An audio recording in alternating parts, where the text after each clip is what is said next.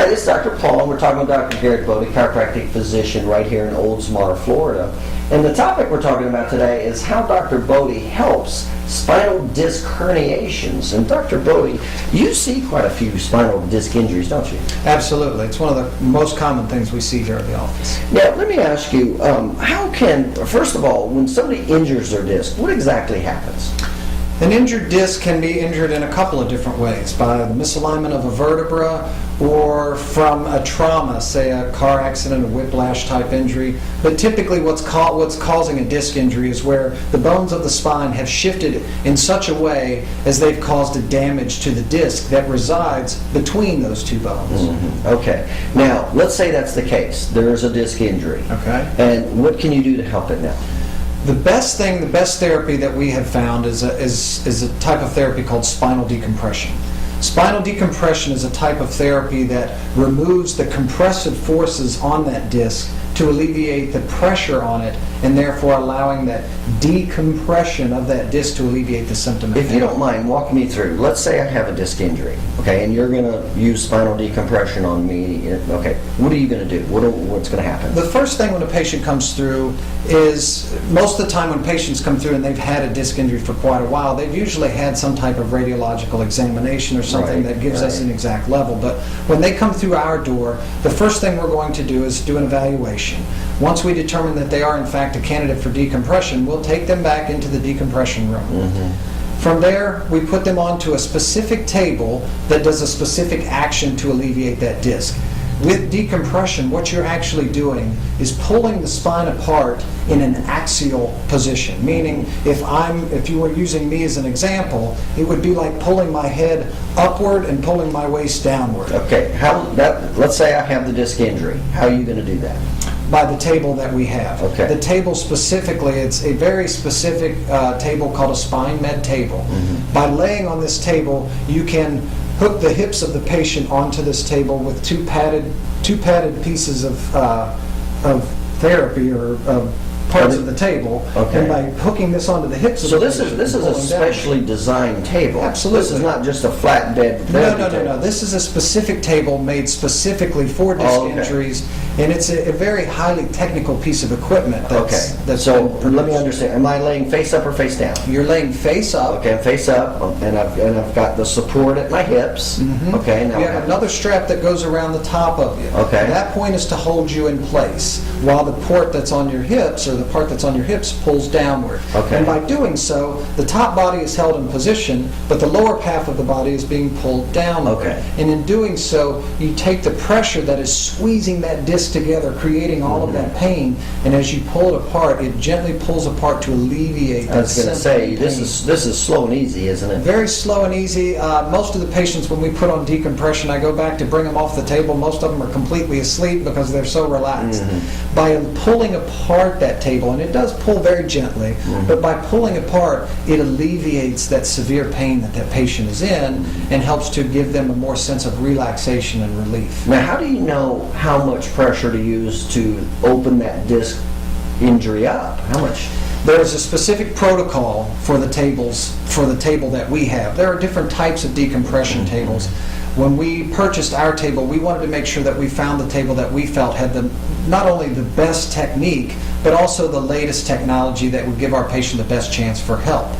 But in doing so, to determine how much weight, it's based upon the patient itself.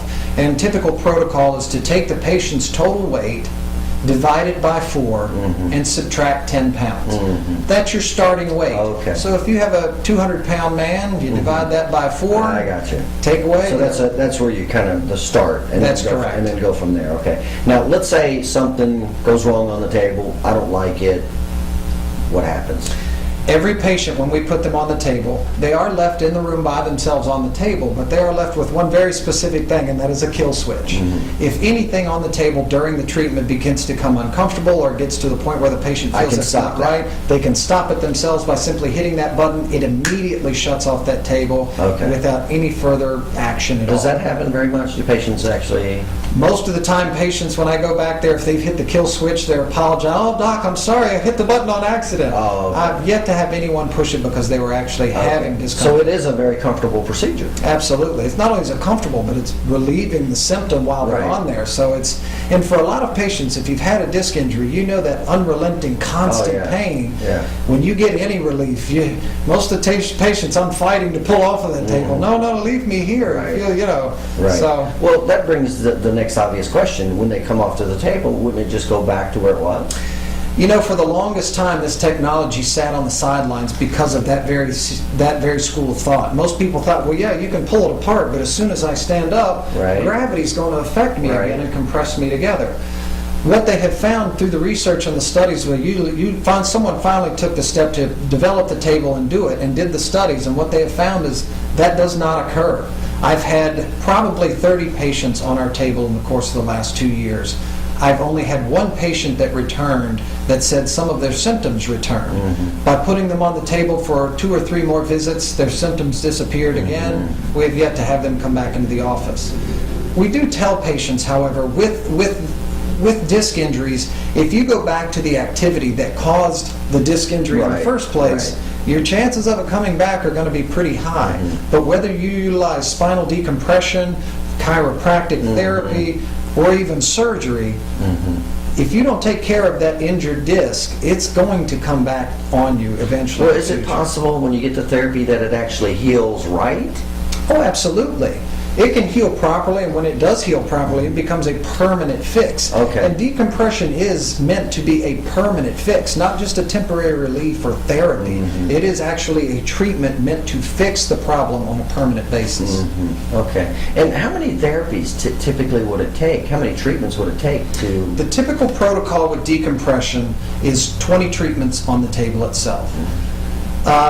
Myself and 4 other chiropractors went into decompression together, meaning that we all 4 went to several different seminars to determine not only what's the best table, but which one utilizes the best protocol and which one seems to be getting the best results.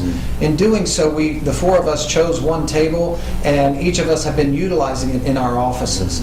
In doing so, all 4 of us came up with a protocol that we found worked best for the patient. That is 20 treatments on the decompression table itself. There are vitamins and supplements that we use to help nutrify the disc and help it to gain that nutrification and keep it healthy. There's a physical exam. After the 20 treatments, we will do 3 weeks of chiropractic care. Once you have that disc decompressed, you want to make sure that the bones surrounding that disc are in their proper position so they don't continue to irritate the disc and compress it right back.